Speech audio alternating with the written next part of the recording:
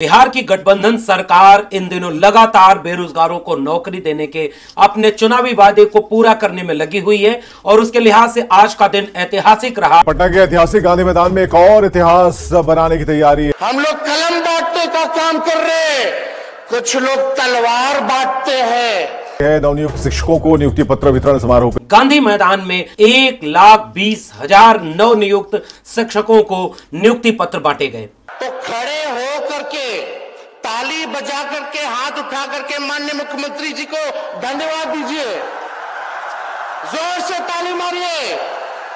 ये गूंज जो है देश के कोने कोने में जाना चाहिए। आपको याद होगा तेजस्वी यादव ने 2020 के अपने विधानसभा चुनाव की रैलियों के दौरान पढ़ाई, कमाई, दवाई, सिंचाई, महंगाई और सुनवाई जैसे मुद्दों पर चुनाव लड़ा और उन्होंने जोर शोर से एक वादा किया था कि अगर हम मुख्यमंत्री बनते हैं तो 10 लाख सरकारी नौकरी देंगे। पहला कदम जो मेरा चलेगा 10 लाख नौजवानों को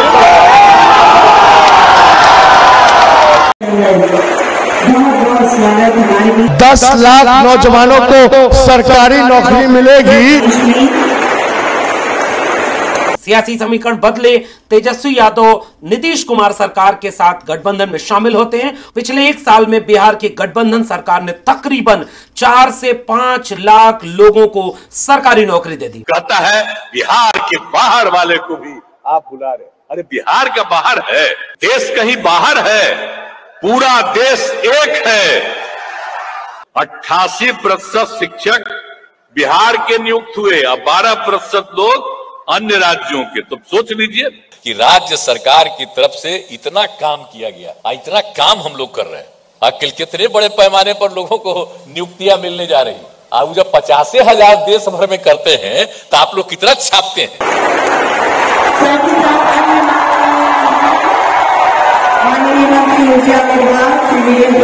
2 दिन 3 दिन 50,000 का करेंगे तो खूब छपेगा। 1,20,000 कर रहे हैं तो उन्हें ना छपेगा कितना लोगों को मिल गया।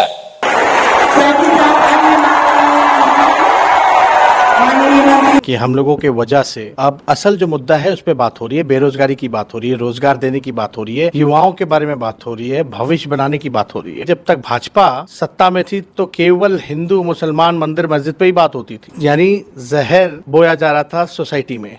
हर सरकार को ये गूंज सुनाई देनी चाहिए ताकि उनको पता चले बेरोजगारी ही असली दुश्मन है और सरकार का असली मुद्दा लोगों को रोजगार देना, कल्याणकारी योजनाएं देना, लोगों को खुशहाल रखना, लोगों के साथ न्याय रखना, यही सब सरकार जो है सकारात्मक राजनीति करे।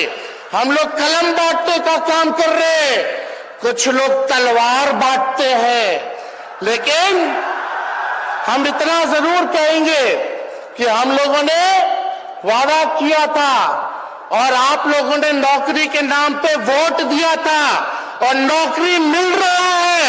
लेकिन जिन लोगों ने हिंदू मुसलमान मंदिर मस्जिद के नाम पर वोट दिया था उनको बेरोजगारी मिल रही है, बुलडोजर मिल रहा है, गरीबी मिल रही है। और दिलचस्प तो तब हुआ जब उत्तर प्रदेश से बिहार में नौकरी लेने गए लोगों से मीडिया वालों ने पूछा, कुछ के आंसू बह निकले, कुछ ने खुशी जाहिर की कि उत्तर प्रदेश में तो केवल बुलडोजर चल रहा है, वहां केवल झूठे जुमले चल रहे हैं और धर्म के नाम पर सियासत का उफान है। कोई नहीं सुनता है, कहते हैं कि आपका काम हो रहा है। पिछले 4 साल से हम लोग मानसिक और शारीरिक ग्रस्त हो चुके हैं, सामाजिक प्रेशर झेल रहे हैं, रोडों पे झेल रहे हैं, क्या नहीं झेल रहे हैं। बेटी पढ़ाओ बेटी बचाओ, कहाँ बेटी बचाई जा रही है। हमारे माँ बाप बहुत परिश्रम से हम यहाँ तक खड़ा किए हैं। चाह रहे हैं जैसे इनकी बेटी यहाँ से यूपी से अपनी उम्मीदें खत्म करके बिहार चली गई, हम लोग भी इस प्रदेश से, इसकी सरकार से जो है उम्मीदें खत्म करके बिहार में चले जाएं। इस सज्जन को क्या तकलीफ है भाई, क्या तकलीफ है इनको। हमें नौकरी लेनी थी, हम बिहार आ गए। इन रोते हुए आंसुओं के पीछे प्रधानमंत्री की उत्तर प्रदेश के मुख्यमंत्री जब पहली बार बने थे तब के उन्होंने वादा किया था कि अगले 5 साल में 70 लाख नौकरी देंगे। 6 साल पूरा हो गया। कि जो हम लोगों ने लोक कल्याण संकल्प पत्र में कहा है कि हम 5 वर्ष में 70 लाख नौजवानों को रोजगार और नौकरियां उपलब्ध कराएंगे। हम लोग योगी सरकार को ये कहने आए थे कि आपका 2017 में ये वादा था कि आप इस सत्ता में 70 लाख वादों के साथ आए थे कि आप 70 लाख रोजगार देंगे।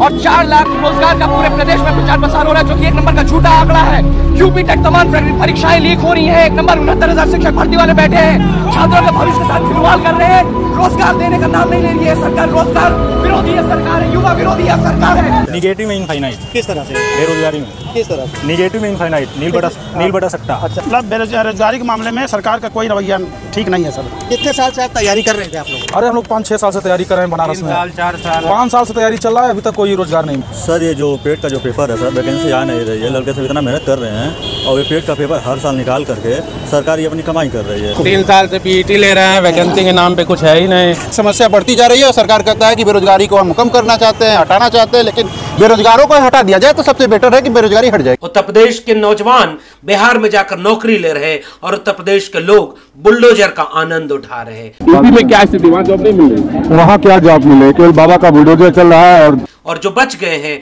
उनके लिए मंदिर बन रहा है। जॉब नहीं मिल रहा है। जॉब नहीं मिल रहा है। जॉब वगैरह नहीं मिल रहा। वहाँ कहाँ जॉब मिल रहा है? जॉब मिलता तो यहाँ क्या करने आते? यहाँ के नीतीश जी और सब अच्छे हैं, जॉब दे रहे हैं। देखिए कितनी भीड़ है। अगर आपके GTV स्टूडियो के बाहर कोई पकौड़े बेचता है और शाम को 200 रुपया कमा करके घर जाता है, उस व्यक्ति को आप रोजगार मानोगे कि नहीं मानोगे? मानोगे कि नहीं मानोगे? मानोगे कि नहीं मानोगे? नौकरों पर जो गुजरती है मुझे मालूम है, बस कर्म कीजिए, मुझे बेकार रहने दीजिए। आज हम इस वीडियो में बातचीत करेंगे और तुलना करने की कोशिश करेंगे कि 2 पड़ोसी राज्य, एक बिहार और एक उत्तर प्रदेश, एक में अयोध्या, मथुरा, काशी के नाम पर, बुलडोजर के नाम पर सांप्रदायिक राजनीति का उफान, तो वहीं दूसरी तरफ एक समाजवादी सरकार जो लगातार शिक्षा, रोजगार, विकास पर काम कर रही है। शुभ अवसर पर हम सब लोग अपने पुरखों को याद करते हैं, तो घर जाकर के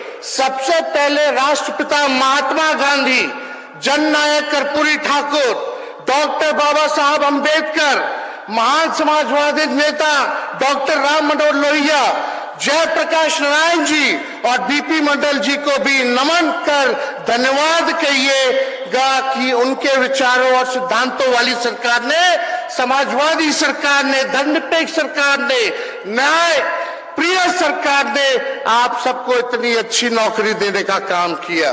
हम लोग कलम बांटने का काम कर रहे हैं, कुछ लोग तलवार बांटते हैं।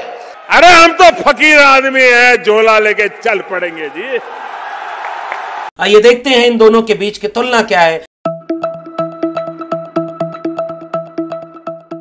जब भी रोजगार की बात होती है तो ऐसा लगता है कि देश के नौजवानों के भविष्य के सबसे बड़े और जरूरी मुद्दे पर बात हो रही है, मगर आज हकीकत यह है कि इस देश में नौकरी देना, नौकरी कोई सवाल ही नहीं बन पाया है और बेरोजगारों की बेतहाशा वृद्धि, उनका अवसाद, रोते बिलखते परिवार, टूटते सपने और उजड़ते आशियाने, ये सब कुछ अब किसी सियासतदानों के चिंता के विषय न रहे।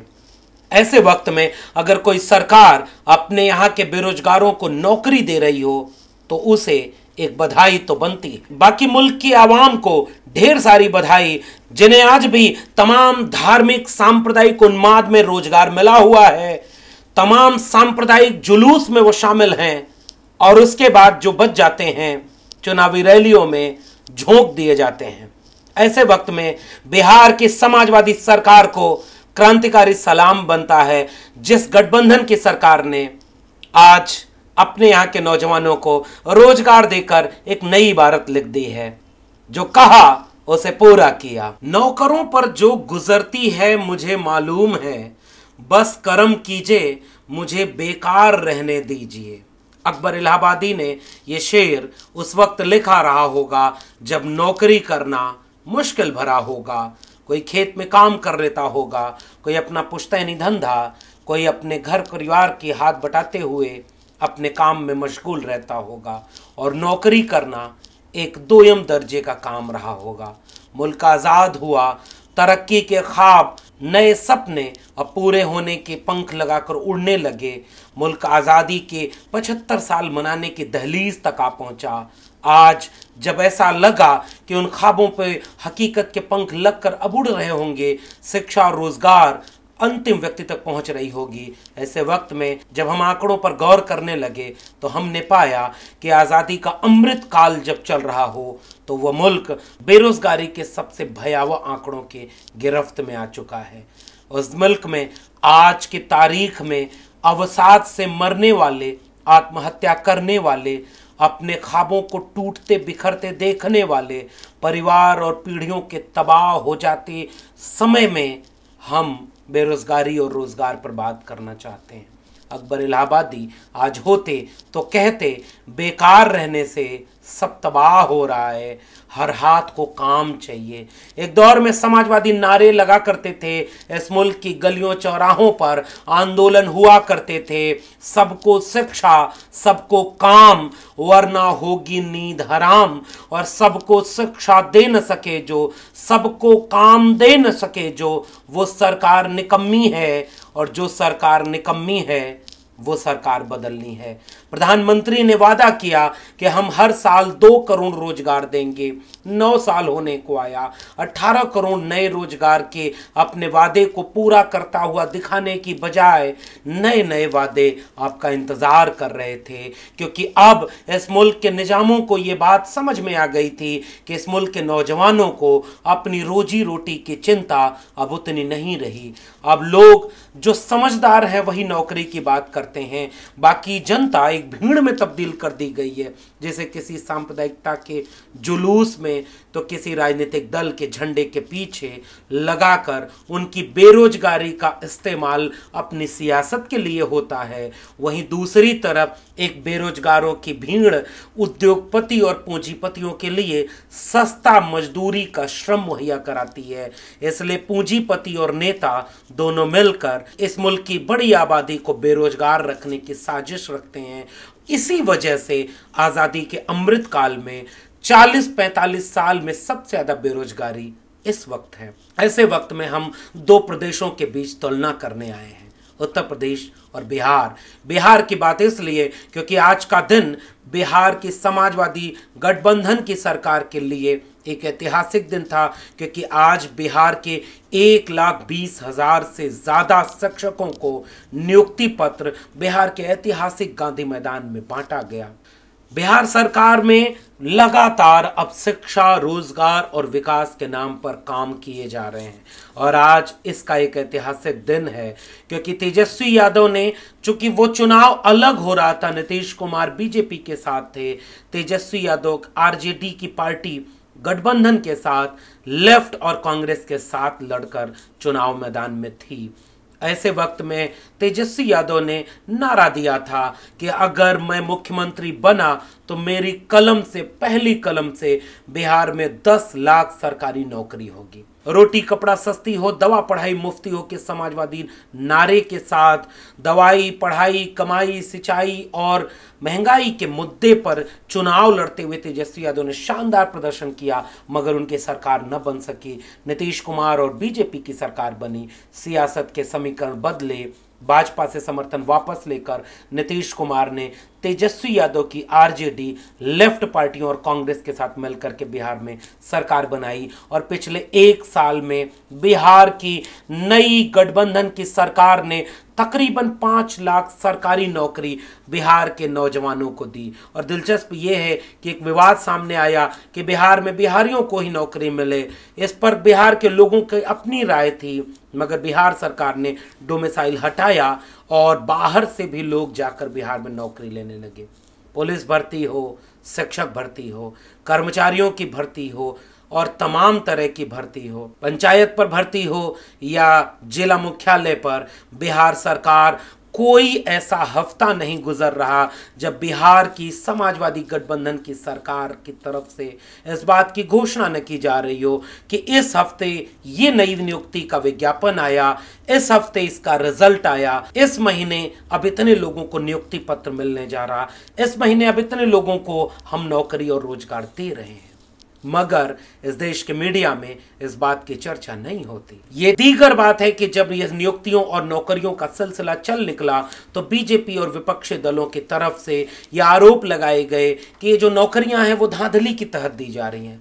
धांधली से याद आया कि उन्हें तुलना उत्तर प्रदेश से करते चले। 2017 में जब चुनाव जीत करके मुख्यमंत्री के ओहदे पर योगी आदित्यनाथ बैठते हैं तो उन्होंने अपनी कैबिनेट के लोगों के बीच ये कहा कि अगले 5 साल में हम 70 लाख लोगों को उत्तर प्रदेश में सरकारी नौकरी देंगे, सरकारी नहीं नौकरी देंगे। लेकिन 5 साल बीतने के बाद उन्होंने इसका कोई आंकड़ा सार्वजनिक नहीं किया।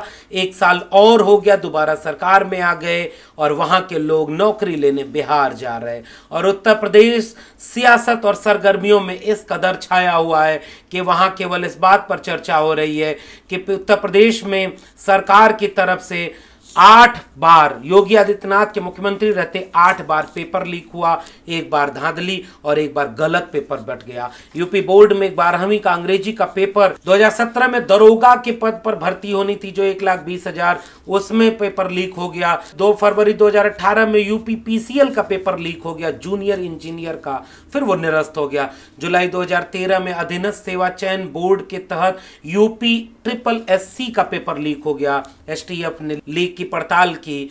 14 विभागों के लोअर सबऑर्डिनेट के 67,000 पद पर आवेदन था। सितंबर 2018 में अधीनस्थ सेवा चयन बोर्ड का नलकूप ऑपरेटर का पेपर आउट हो गया। अगस्त 2021 में यूपी SSSC PET का पेपर हुआ था जो 75 जिलों में 70,000 CCTV कैमरों से निगरानी की जा रही थी, फिर भी पेपर आउट हो गया। अगस्त 2021 में ही बीएड की पहली शिफ्ट का पेपर लीक हुआ। नीट एग्जाम 12 सितंबर 2021 को था, लेकिन एक दिन पहले 11 सितंबर 2021 को सोशल मीडिया पर पेपर लीक हो गया। 28 नवंबर 2021 को यूपी TET पेपर हुआ जो रद्द हो गया क्योंकि वह भी आउट हो गया। तो उत्तर प्रदेश में पेपर लीक होने की अनवरत दास्तां चलती रही। कुछ हजार नौकरियां उत्तर प्रदेश में भी मिली, ऐसा नहीं है कि उत्तर प्रदेश में कोई नौकरी नहीं मिली, मगर जिस तरीके से लगातार बिहार में मिल रही हैं और पूरे देश में इस पर खामोशी है। और सबसे बड़ा दिलचस्प वाकया तब सामने आया जब उत्तर प्रदेश से बिहार जाकर नौकरी लेने वाले अभ्यर्थियों का इंटरव्यू मीडिया में सामने आने लगा। दिलचस्प है ना कि बिहार में केवल बिहार के लोगों को नौकरी नहीं मिल रही। उत्तर प्रदेश जिसकी जीडीपी बिहार से काफी बड़ी है, बड़ा सूबा है, बड़ी आबादी है, बड़ी उम्मीदें हैं, संसाधन ज्यादा हैं, तेवर ज्यादा हैं और शासन डबल इंजन की सरकार का है, मगर उत्तर प्रदेश के बेरोजगार नौजवान बिहार में जाकर नौकरी लेते। और दिलचस्प वाकया तो तब सामने आया जब उत्तर प्रदेश में भारतीय जनता पार्टी के नेता पदाधिकारी सोशल मीडिया पर अपने बच्चों को बिहार में नौकरी पाने पर बधाई देने लगे। सोशल मीडिया में ये सवाल पूछा जाने लगा गया कि भाई आप तो बिहार में अपने बच्चे को नौकरी दिला लिए, लेकिन उत्तर प्रदेश में आप अपने यहाँ नौकरी लोगों को क्यों नहीं दे पा रहे।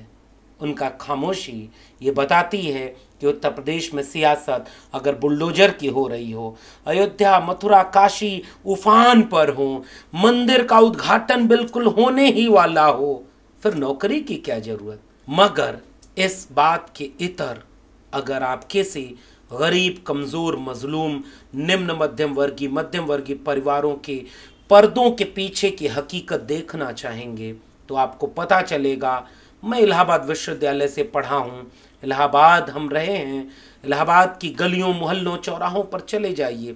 2022 में चुनाव के वक्त अखिलेश यादव ने जब नौकरी का वादा किया था, तमाम प्रतियोगी परीक्षाओं को देने वाले अभ्यर्थी ट्रेन और बसों में भर करके अपने गांव लौटकर वोट दिए, मगर नौकरी पर वोट पड़ने की बजाय चुनाव वे लोग जीत गए जिन्हें मंदिर बनवाना था, जिन्हें बुलडोजर चलाना था, जिन्हें केस मुकदमे लगाना था, जिन्हें आपके बच्चों को रोजगार देने की बजाय अपने लोगों को कांवड़ ढोने पर प्रेरित करते हुए पुष्प वर्षा कराना था। और जब 69,000 शिक्षक भर्ती मामले में नौकरी मांगने सड़क पर आंदोलन किए तो लाठी बरसाना था।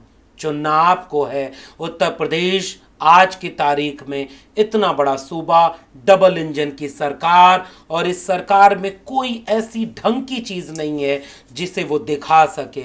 लखनऊ में कोई इमारत नहीं, कोई ऐसा काम नहीं, नौजवानों के रोजगार देने का कोई ऐसा आंकड़ा नहीं, और ठीक बगल का पड़ोसी राज्य बिहार, समाजवादी आंदोलन की जमीन, और आज गठबंधन सरकार ने जो एक ऐतिहासिक कदम उठाते हुए एक साल में तकरीबन 5 लाख से ज़्यादा नौजवानों को रोजगार दिया।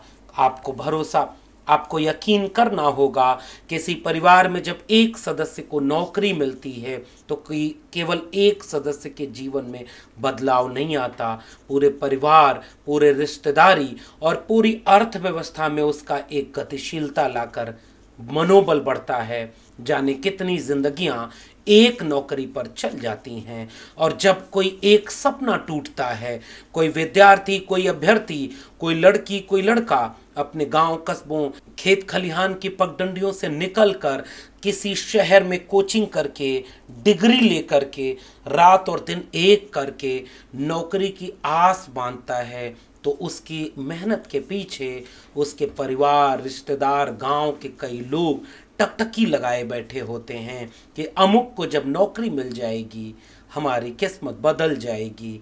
मगर आज इस मुल्क में अवसाद यानी डिप्रेशन के शिकार नौजवान, आत्महत्या करते नौजवान, सपनों को टूटते देखते बिखरते नौजवानों की तादाद कई गुना बढ़ती जा रही है।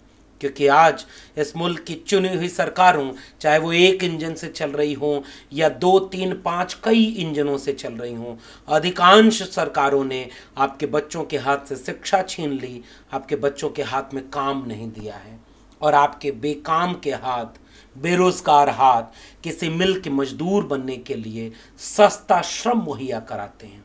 इसलिए पूंजीपति ऐसी सरकारों को चंदा देते हैं, ऐसी सरकारों को बनवाते हैं, उनको मदद करते हैं जो बेरोजगारी को और फैलाए, ताकि जितनी बेरोजगारी होगी उतना सस्ता श्रम मिलेगा, उतना किसी का उद्योग फलेगा फूलेगा, उतना कोई करोड़ों अरबों रुपया कमाएगा और आपके बच्चे बेरोजगारी के शिकार होने पर जो 1 लाख की तनख्वाह पाने का हुनर रखते हैं वो 10,000 की नौकरी करने को मजबूर होंगे। और उसके बाद कोई अगली पीढ़ी में अपने बच्चों को शिक्षा देने नहीं भेजेगा, कोई पढ़ाने नहीं भेजेगा, क्योंकि जो पढ़ने गए वो टूट कर लौटे, जो पढ़ने गए उनमें से अधिकांश बेरोजगार रह गए। कलम हाथ में आई, किताब हाथ में आई, गांव लौट कर खेती किसानी कर नहीं सकते, पुश्तैनी काम कर नहीं सकते, क्योंकि लोग ताना मारते हैं गए थे डीएम बनने, बेरोजगार होकर लौटे हो। बेरोजगारी का दंश इस कदर होता है कि जिसके ऊपर बीतती है वही महसूस करता है। और इनमें भी वंचित, शोषित, कमेरा लोग जो पहली पीढ़ी के लोग होते हैं, दलित, पिछड़े, गरीब, कमजोर, मजलूम, किसान, मजदूर, उनके बच्चे जब बेरोजगार होकर शहरों से गांवों की तरफ लौटते हैं तो वो बहुत रास्ते बंद कर देते हैं जिन पर अगली बार कोई गरीब, कमजोर अपने बच्चे को शिक्षा देने भेजने का हिम्मत कर पाए। अगर बाहर निकला एक विद्यार्थी कामयाब होकर लौटता है तो अनगिनत विद्यार्थियों को पढ़ने के रास्ते खोल देता है, मगर नाकामयाब होकर लौटने वाले आने वाले वक्त के लिए रास्ते बंद कर देते हैं। ऐसे वक्त में अगर कोई सरकार अपने यहाँ के लोगों को रोजगार देती है, इससे बड़ी देशभक्ति, इससे बड़ी समाज सेवा और कोई नहीं हो सकती। विवाद है, कई तरह के विवाद होते हैं, मगर इन विवादों के परे अगर कोई सरकार इस तरह का काम कर रही है तो मुझे लगता है एक बधाई दिल खोलकर उन्हें देनी चाहिए जिन्होंने जो कहा वो किया। एक जाति को नौकरी नहीं दी, एक शहर, एक गांव को नौकरी नहीं दी, अपने पूरे बिहार को दी, और बिहार ही नहीं उस उत्तर प्रदेश के नौजवानों को भी नौकरी दी जो आज बुलडोजर और मंदिर के बीच अपने खुशी के ख्वाब को पूरा कर रहे हैं और उनकी पीढ़ियां बेरोजगारी का दंश सहते हुए बर्बादी के मुहाने पर खड़ी हैं। आपका क्या कहना है इस पूरे विषय पर नीचे कमेंट बॉक्स में बताइएगा।